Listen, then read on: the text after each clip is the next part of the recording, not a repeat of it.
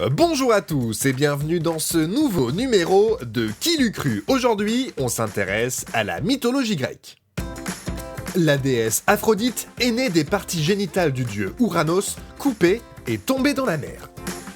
Zeus était un vrai séducteur, et pour arriver à ses fins, il n'hésitait pas à se métamorphoser en toutes sortes de formes bizarres, en cygne, en taureau, en aigle, et même en pluie d'or, pour féconder Danaé, qui donna naissance au héros Persée. Énée, Orphée et Morphée sont des hommes. Hermès et Aphrodite ont eu un enfant du nom d'Hermaphrodite. Il avait des seins de femme et des parties génitales d'homme.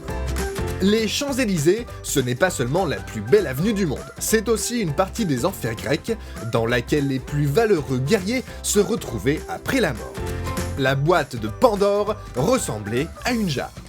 Le Pactole est le fleuve dans lequel le roi Midas se lava les mains pour arrêter sa malédiction. Tout ce qu'il touchait se transformait en or. C'est pourquoi, encore aujourd'hui, on dit de quelqu'un qui a gagné beaucoup d'argent qu'il a touché le Pactole. Selon la mythologie grecque, la Voie lactée serait du lait de la déesse Héra qui aurait giclé de son téton.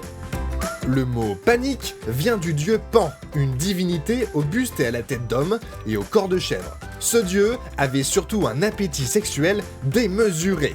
Lorsque les bergers grecs entendaient des hurlements dans la forêt, ils pensaient qu'il s'agissait d'une nouvelle victime de Pan.